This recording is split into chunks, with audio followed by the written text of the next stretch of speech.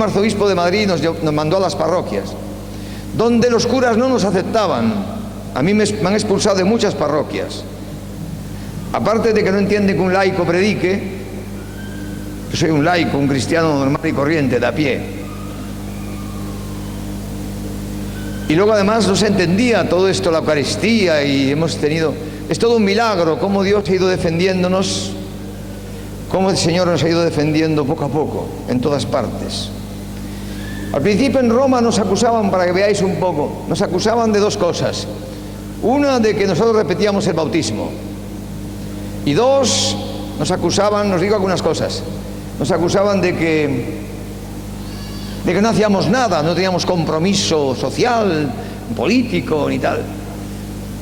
Yo cuando fui a Roma, lo primero que hice fue irme al santuario de la Virgen, a la Virgen de Pompey, y fuimos allí a poner nuestra misión a los pies de la Virgen. La Virgen de Pompey, lo que Nuestra Señora del Rosario también se llama en Roma, es el 8 de mayo. Pues cuando nos estaban destruyendo, el primer encuentro que tuvimos con el Papa Pablo VI, sin saber el Papa lo que nos qué es lo que nos sucedía y en qué angustia nos encontrábamos, cuando aparecimos en la audiencia, dice: el camino neocatecumenal, he aquí un fruto del concilio. Y dice: vosotros, siendo lo que sois, ya hacéis apostolado. Con lo cual respondía a esa pregunta de que teníamos qué compromiso teníamos. Porque hemos tenido que luchar siempre con toda la teología de la liberación. Todos los curas infectados de la teología de la liberación han sido nuestros más grandes enemigos.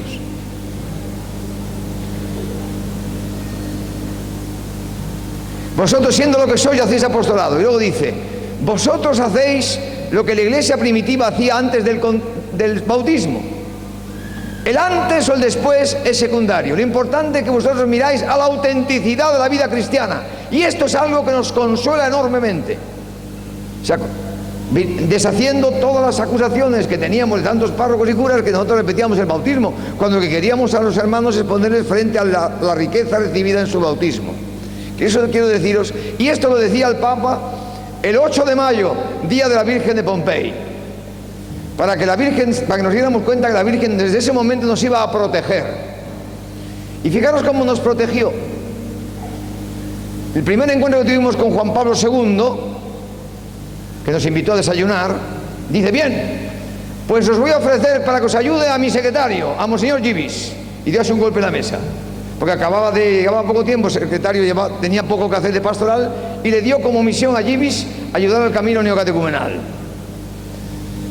La fiesta de Givis es el 8 de mayo, día de la Virgen de Pompey. El secretario del Papa, Monseñor Estanislao Givis, después ha sido muy importante.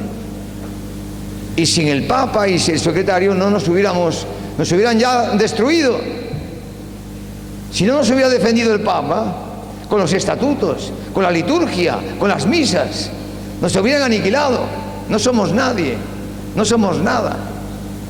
Somos unos pobrecitos. Yo, un pecador como tú, ni más ni menos. No soy nada importante. Mi importancia es el amor a Jesucristo. La única cosa importante en esta vida es amar a Jesucristo. El resto es todo vanidad. Bien, hermanos, o sea, quiero deciros que a mí me ha llamado el Señor a una obra, a una misión en la iglesia, y a todos vosotros. Preparaos a esta misión. Dios ha querido, hace 12 años, 13 años que yo vine a Chile y tuve un encuentro con algunos de vosotros. Dios ha querido que después de 13 años vuelva por aquí y os diga una palabra. Escuchadla. Escuchadla. No sé si nos volveremos a ver. A lo mejor nunca más. Yo no vengo más por aquí. Me voy a morir dentro de 3 años. O dentro de 15 días, no es lo mismo. Mejor es morir que vivir, porque morir es ir con Cristo, dice San Pablo. Eso sin duda ninguna. Es con mucho lo mejor, dice San Pablo. Echa un canto y dice: llévame al cielo, ¿conocéis, no? Llévame al cielo. Porque dice exactamente eso, porque morir es con mucho lo mejor, porque morir es ir con Cristo. Porque San Pablo dice: no sé lo que más me apremia, si morir, que es con mucho lo mejor, por irme con Cristo, o quedarme aquí para ayudaros. ¿Por qué es con mucho lo mejor? Pues porque nada nos puede separar del amor de Cristo. ¿Quién nos separará? Es otro canto del amor de Cristo. Ni la muerte ni la vida. Dice San Pablo que el que se acuesta con una prostituta, dice San Pablo, que hace el amor con una prostituta, ¿sabéis que en ese acto que hace con ella se hacen dos en una sola carne? Porque así ha establecido Dios el acto conyugal, que es un pecado cuando se hace fuera del matrimonio. Pero lo dice San Pablo en relación a otra cosa. Pero el que se une a Cristo, así que el que se une con una prostituta se hacen dos en una sola carne, el que se une a Cristo, se une al Espíritu de Cristo, se hace un solo espíritu con Él, un solo espíritu con Cristo. Y esa unidad en Cristo, ese sola a solo, ese uno con Cristo, eso no lo puede separar la muerte. Eso es eterno. Tenemos dentro vida eterna. Escuchadme bien, porque Dios ha querido salvar el mundo a través de la necedad del anuncio, del querigma. ¿Por qué? Pues yo os voy a dar la salvación, digamos así, si Dios lo quiere, a través del anuncio del querigma. Y aunque estoy hecho polvo y cansadísimo, tengo que venir a Chile y tener este show con vosotros, me guste o no me guste. Porque aquí hay algunos hermanos que necesitan hoy esta palabra, porque Dios se la quiere dar, obra de misericordia infinita. No hay cosa más grande que el anuncio del Evangelio al mundo. Dios ha querido salvar el mundo, salvarlo, no cambiando estructuras, no haciendo solamente obras sociales, sino a través del anuncio del querigma.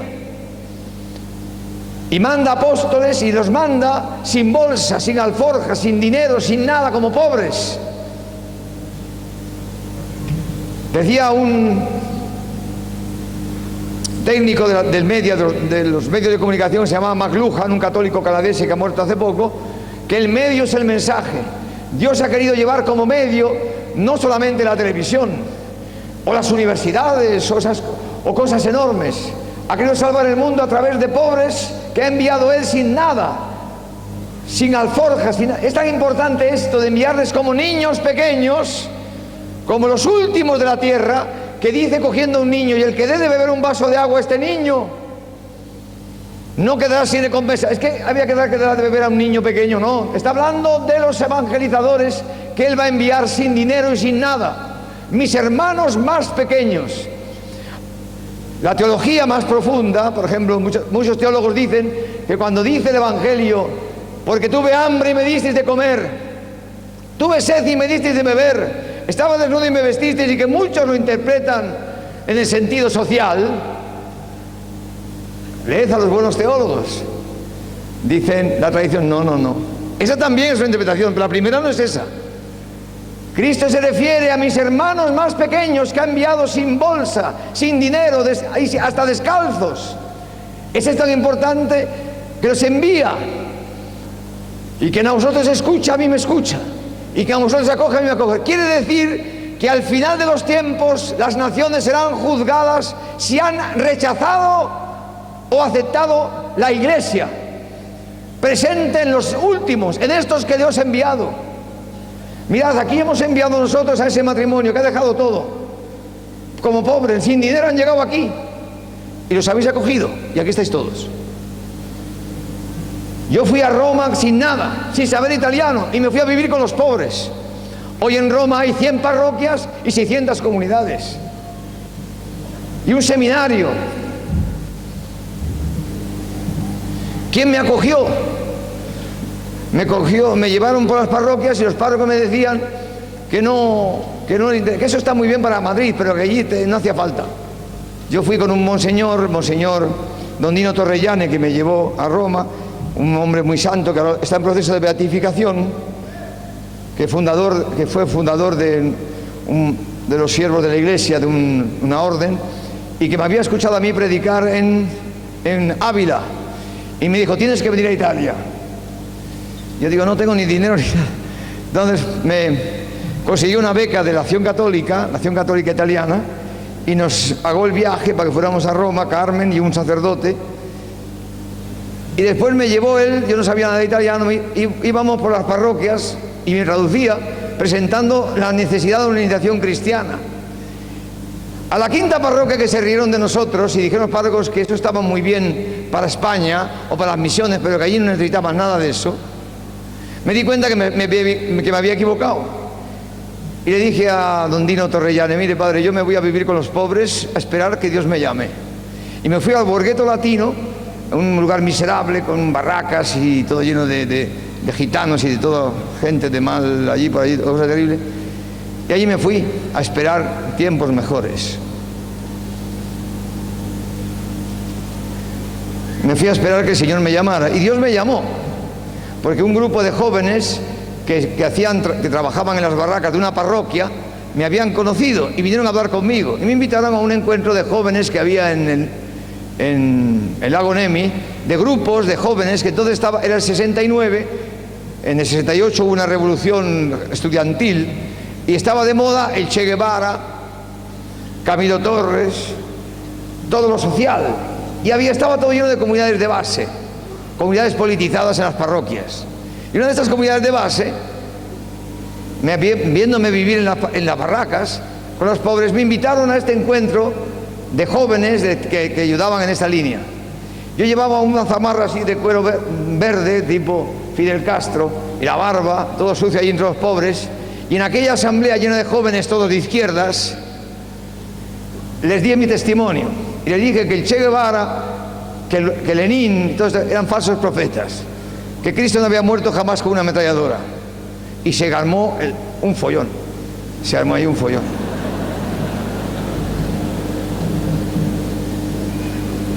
Digo, la culpa es vuestra que me habéis invitado. Pero yo estaba allí viviendo con los pobres, y todos aquellos eran todos niños de papá.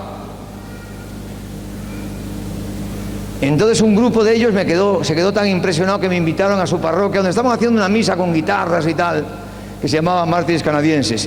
Y yo dije que no se renovaba la iglesia con las guitarras, se renovaba con el anuncio del querigma. Y dijeron: ¿y eso qué es? Digo: pues venir conmigo, si queréis, al grupo de jóvenes y con un cura. Y me los llevé a una casa, unas convivencias, allí en una montaña, y allí les di las catequesis, las primeras catequesis. Y se quedaron boquiabiertos. Y dijo el cura: oye, empezamos aquí en la parroquia. Digo: pero no con jóvenes, hay que llamar a adultos. La iglesia no es solamente de jóvenes, etc. Y ahí comenzamos, en Mártires Canadienses en Roma. O sea que Dios, a través de aquellos jóvenes, me llamó de las barracas a las parroquias. Y después me llevó a Florencia, y después me llevó a París y a tantos sitios, y aquí estoy dando tumbos, y hasta que Dios quiera. Bien, hermanos, decía entonces que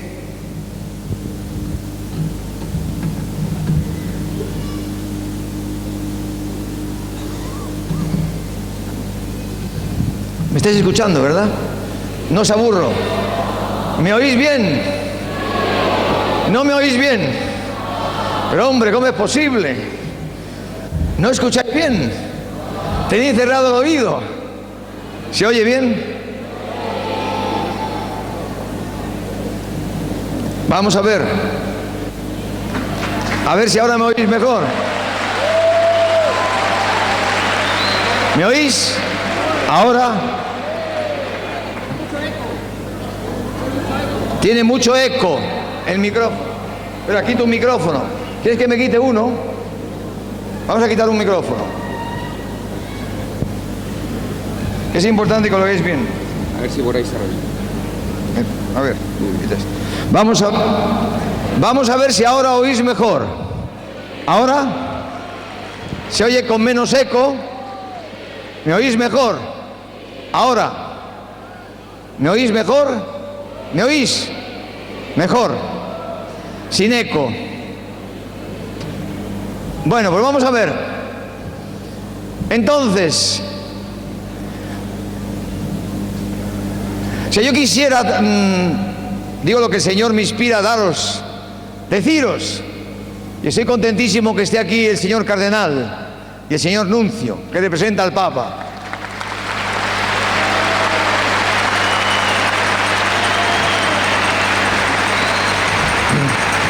Porque nosotros no nos sentimos un movimiento, aunque esto se pueda entender así, sino nos sentimos una ayuda a los obispos para abrir en las parroquias la iniciación cristiana y a través de ello de la iniciación cristiana,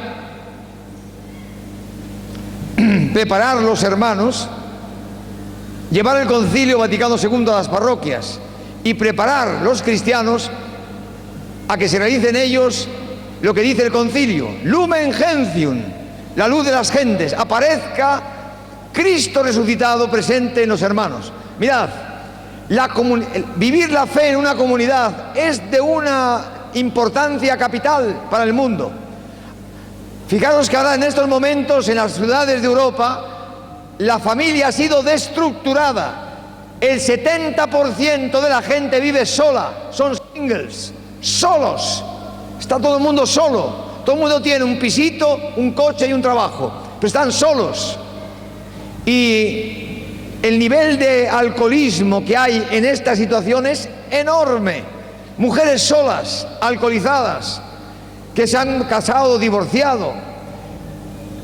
Y desapareciendo cosas tan graves como la eutanasia en Holanda, en España, lo van a poner ahora, en todas partes. Se mata a los ancianos, se mete a los ancianos en los asilos, desaparece el cristianismo, aparece una sociedad aparentemente opulenta, moderna, enormemente dura con los pobres. Abortos a millones, 300 millones de abortos cada año, una cosa espantosa.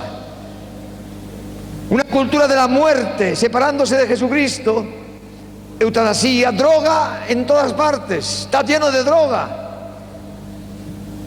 Mafias del este que llevan de prostitución, todo lleno de prostitución, todas las costas europeas, con chicas de Albania, de Rumanía, de los países poscomunistas. O sea, ¿qué está pasando? Ahora están en España, dan los embriones, Zapatero en España ha dado 150.000 embriones para que se pueda experimentar con ellos, cuando la Iglesia dice que el embrión es ya una persona. Todos hemos sido embriones antes de ser adultos y no importa nada. O sea, al separarse de la revelación de Dios, estamos entrando en una... Esto digo para que entendáis, no somos un grupo más en la parroquia. Yo no doy mi vida por un grupito de la parroquia. Más o menos. Eso todo se va a acabar más o menos. Bueno, ¿qué somos? Es algo muy importante. Muy importante. La comunidad cristiana. Mirad, las comunidades cristianas de la Iglesia primitiva han vencido al Imperio Romano. ¿A través de qué? A través de la cruz, de la persecución. Por eso es muy importante que nos persigan. Porque en el mundo, ¿quién es el príncipe de este mundo? El demonio. Es el que domina el mundo. Y en el mundo, Cristo está siempre crucificado. Escuchadme bien. Crucificado.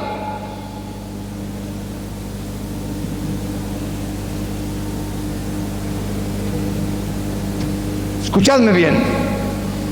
Imaginaos en Rusia el comunismo que ha destruido las iglesias, comunismo ateo que considera la religión un opio que intoxica la mente de la gente, que metieron 300.000 sacerdotes en los gulag.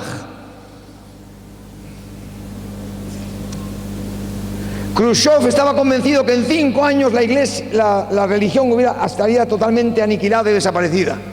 Pero muchos han logrado, porque hoy en Rusia, que era una nación muy religiosa, el 70% es completamente ateo. ¿No? Tenemos el camino en Moscú. He estado en Moscú. He estado en San Petersburgo. Tenemos las comunidades de San Petersburgo. No viene nadie. 4 viejas que han superado, que tenían la fe de la época de antes de Lenin, de Stalin. ¿Ha logrado el comunismo destruir la fe? Sí, como lo ha logrado el comunismo en China. Todos eran muy religiosos en China. Ha aniquilado la religión y la fe. Decían, aunque el hombre le preguntaban: ¿usted cómo pesca? ¿Con agua? ¿Cómo pesca usted? ¿Con la caña o con la red? Y él dijo: no, yo me limito a cambiar el agua. O sea que nos han cambiado el agua. Entonces, si cogemos la política y cambiamos el agua, tenemos la televisión, como están haciendo ahora en España, y están bombardeando todo el día contra la Iglesia, y que eso son pamplinas, y están preconizando el amor libre y la sexualidad, y viva la homosexualidad, y nos crean un ambiente, nos cambian el agua, poco a poco todo van cayendo como chorlitos, y la gente va abandonando las iglesias. Eso es lo que hay que hacer, cambiar el agua, para que entren a miles los pececitos.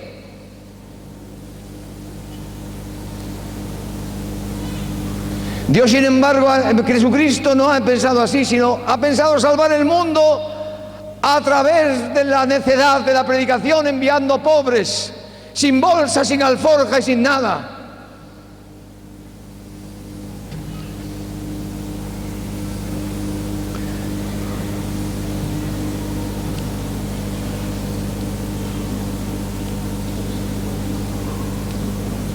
No sé qué iba a decir. ¿De qué estaba hablando? Se me ha olvidado.